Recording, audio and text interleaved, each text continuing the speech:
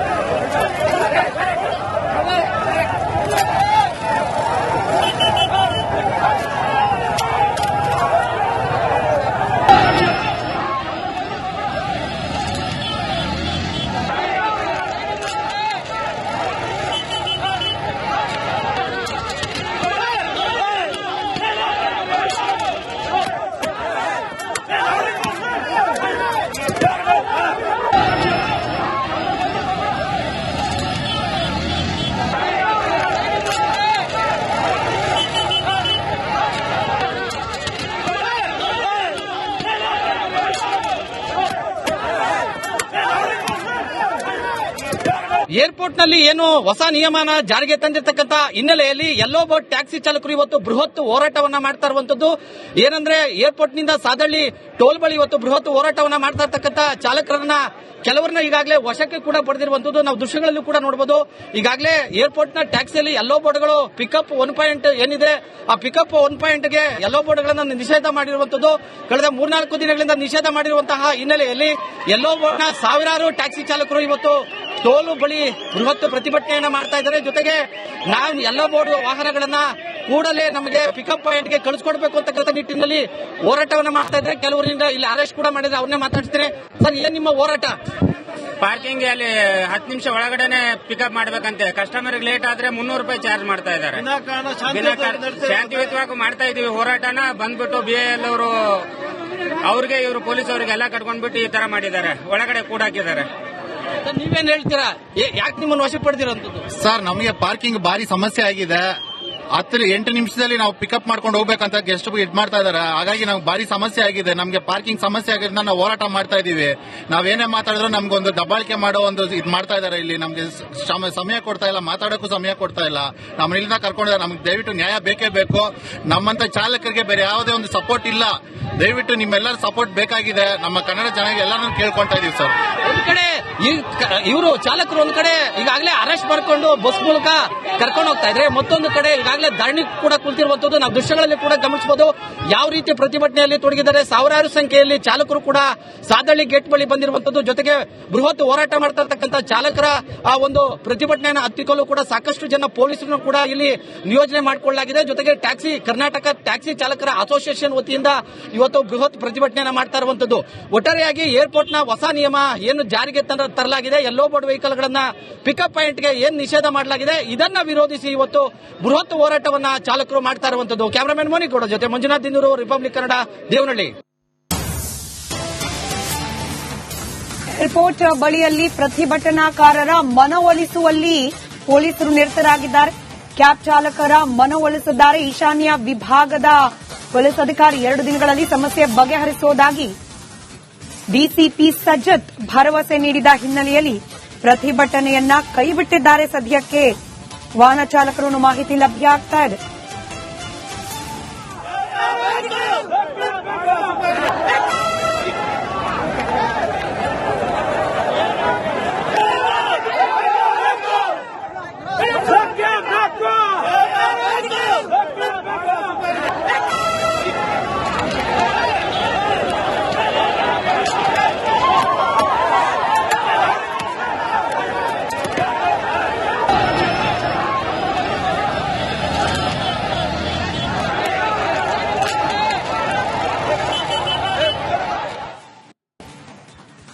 ನಾವು ದೃಶ್ಯಗಳಲ್ಲೂ ಕೂಡ ನೋಡಬಹುದು. ಈಗಾಗಲೇ ಏರ್ಪೋರ್ಟ್ ನ ಟ್ಯಾಕ್ಸಿಯಲ್ಲಿ ಯೆಲ್ಲೋ ಬೋರ್ಡ್ಗಳು ಪಿಕಪ್ 1 ಪಾಯಿಂಟ್ ಏನಿದೆ ಆ ಪಿಕಪ್ 1 ಪಾಯಿಂಟ್ಗೆ ಯೆಲ್ಲೋ ಬೋರ್ಡ್ಗಳನ್ನು ನಿಷೇಧ ಮಾಡಿರುವಂತದ್ದು ಕಳೆದ 3-4 ದಿನಗಳಿಂದ ನಿಷೇಧ ಮಾಡಿರುವಂತಹ ಹಿನ್ನೆಲೆಯಲ್ಲಿ ಯೆಲ್ಲೋ ಬೋರ್ಡ್ ನ ಸಾವಿರಾರು ಟ್ಯಾಕ್ಸಿ ಚಾಲಕರು ಇವತ್ತು ಟೋಲ್ ಬಳಿ ಬೃಹತ್ ಪ್ರತಿಭಟನೆಯನ್ನ ಮಾಡ್ತಾ ಇದ್ದಾರೆ. ಜೊತೆಗೆ ನಾವು ಯೆಲ್ಲೋ ಬೋರ್ಡ್ ವಾಹನಗಳನ್ನ ಕೂಡಲೇ ನಮಗೆ ಪಿಕಪ್ ಪಾಯಿಂಟ್ಗೆ ಕಳಿಸ್ಕೊಡ್ಬೇಕು ಅಂತಕ್ಕಂಥ ನಿಟ್ಟಿನಲ್ಲಿ ಹೋರಾಟವನ್ನ ಮಾಡ್ತಾ ಇದ್ದಾರೆ. ಕೆಲವರಿಂದ ಇಲ್ಲಿ ಅರೆಸ್ಟ್ ಕೂಡ ಮಾಡಿದ್ರೆ ಅವ್ರನ್ನೇ ಮಾತಾಡ್ತಾರೆ. ಸರ್, ಏನ್ ನಿಮ್ಮ ಹೋರಾಟ? ಪಾರ್ಕಿಂಗ್ ಅಲ್ಲಿ 10 ನಿಮಿಷ ಒಳಗಡೆನೆ ಪಿಕಪ್ ಮಾಡ್ಬೇಕಂತೆ. ಕಸ್ಟಮರ್ ಲೇಟ್ ಆದ್ರೆ 300 ರೂಪಾಯಿ ಚಾರ್ಜ್ ಮಾಡ್ತಾ ಇದ್ದಾರೆ. ಶಾಂತಿಯುತವಾಗಿ ಮಾಡ್ತಾ ಇದೀವಿ ಹೋರಾಟನ. ಬಂದ್ಬಿಟ್ಟು BIL ಅವರು ಅವ್ರಿಗೆ ಇವರು ಪೊಲೀಸ್ ಅವರಿಗೆ ಎಲ್ಲ ಕಟ್ಕೊಂಡ್ಬಿಟ್ಟು ಈ ತರ ಮಾಡಿದ್ದಾರೆ, ಒಳಗಡೆ ಕೂಡಾಕಿದ್ದಾರೆ. ನೀವೇನ್ ಹೇಳ್ತೀರಾ? ಯಾಕೆ ನಿಮ್ಮನ್ನು ವಶಪಡಿಸಿರೋಂಥದ್ದು? ಸರ್, ನಮಗೆ ಪಾರ್ಕಿಂಗ್ ಭಾರಿ ಸಮಸ್ಯೆ ಆಗಿದೆ. 8 ನಿಮಿಷದಲ್ಲಿ ನಾವು ಪಿಕಪ್ ಮಾಡ್ಕೊಂಡು ಹೋಗ್ಬೇಕಂತ ಗೆಸ್ಟ್ ಇದ್ ಮಾಡ್ತಾ ಇದಾರೆ. ಹಾಗಾಗಿ ನಮ್ಗೆ ಭಾರಿ ಸಮಸ್ಯೆ ಆಗಿದೆ. ನಮ್ಗೆ ಪಾರ್ಕಿಂಗ್ ಸಮಸ್ಯೆ ಆಗಿರೋದ್ರಿಂದ ನಾವು ಹೋರಾಟ ಮಾಡ್ತಾ ಇದೀವಿ. ನಾವೇನೇ ಮಾತಾಡಿದ್ರು ನಮ್ಗೊಂದು ದಬ್ಬಾಳಿಕೆ ಮಾಡೋ ಒಂದು ಇದ್ ಮಾಡ್ತಾ ಇದಾರೆ. ಇಲ್ಲಿ ನಮ್ಗೆ ಸಮಯ ಕೊಡ್ತಾ ಇಲ್ಲ, ಮಾತಾಡೋಕ್ಕೂ ಸಮಯ ಕೊಡ್ತಾ ಇಲ್ಲ. ನಮ್ಮ ಇಲ್ಲಿಂದ ಕರ್ಕೊಂಡಿದ್ದಾರೆ. ನಮ್ಗೆ ದಯವಿಟ್ಟು ನ್ಯಾಯ ಬೇಕೇ ಬೇಕು. ನಮ್ಮಂತ ಚಾಲಕರಿಗೆ ಬೇರೆ ಯಾವುದೇ ಒಂದು ಸಪೋರ್ಟ್ ಇಲ್ಲ. ದಯವಿಟ್ಟು ನಿಮ್ಮೆಲ್ಲರ ಸಪೋರ್ಟ್ ಬೇಕಾಗಿದೆ. ನಮ್ಮ ಕನ್ನಡ ಜನರಿಗೆ ಎಲ್ಲಾನು ಕೇಳ್ಕೊಳ್ತಾ ಇದೀವಿ ಸರ್. ಒಂದ್ ಕಡೆ ಇವರು ಚಾಲಕರು ಒಂದ್ ಕಡೆ ಈಗಾಗಲೇ ಅರೆಸ್ಟ್ ಮಾಡ್ಕೊಂಡು ಬಸ್ ಮೂಲಕ ಕರ್ಕೊಂಡು ಹೋಗ್ತಾ ಇದ್ರೆ, ಮತ್ತೊಂದು ಕಡೆ ಈಗಾಗಲೇ ಧರಣಿ ಕೂಡ ಕುಳಿತಿರುವಂತದ್ದು ನಾವು ದೃಶ್ಯಗಳಲ್ಲಿ ಕೂಡ ಗಮನಿಸಬಹುದು.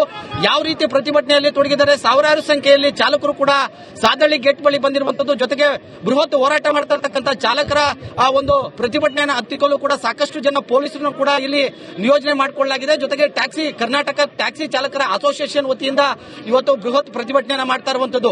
ಒಟ್ಟಾರೆಯಾಗಿ ಏರ್ಪೋರ್ಟ್ ನ ಹೊಸ ನಿಯಮ ಏನು ಜಾರಿಗೆ ತರಲಾಗಿದೆ, ಯೆಲ್ಲೋ ಬೋರ್ಡ್ ವೆಹಿಕಲ್ ಗಳನ್ನ ಪಿಕಪ್ ಪಾಯಿಂಟ್ ಗೆ ಏನ್ ನಿಷೇಧ ಮಾಡಲಾಗಿದೆ, ಇದನ್ನ ವಿರೋಧಿಸಿ ಇವತ್ತು ಬೃಹತ್ ಹೋರಾಟವನ್ನ ಚಾಲಕರು ಮಾಡ್ತಾ ಇರುವಂತದ್ದು. ಕ್ಯಾಮರಾಮನ್ ಮೋನಿಗೌಡ ಜೊತೆ ಮಂಜುನಾಥ್ ದಿನೂರು, ರಿಪಬ್ಲಿಕ್ ಕನ್ನಡ, ದೇವನಹಳ್ಳಿ. ಏರ್ಪೋರ್ಟ್ ಬಳಿಯಲ್ಲಿ ಪ್ರತಿಭಟನಾಕಾರರ ಮನವೊಲಿಸುವಲ್ಲಿ ಪೊಲೀಸರು ನಿರತರಾಗಿದ್ದಾರೆ.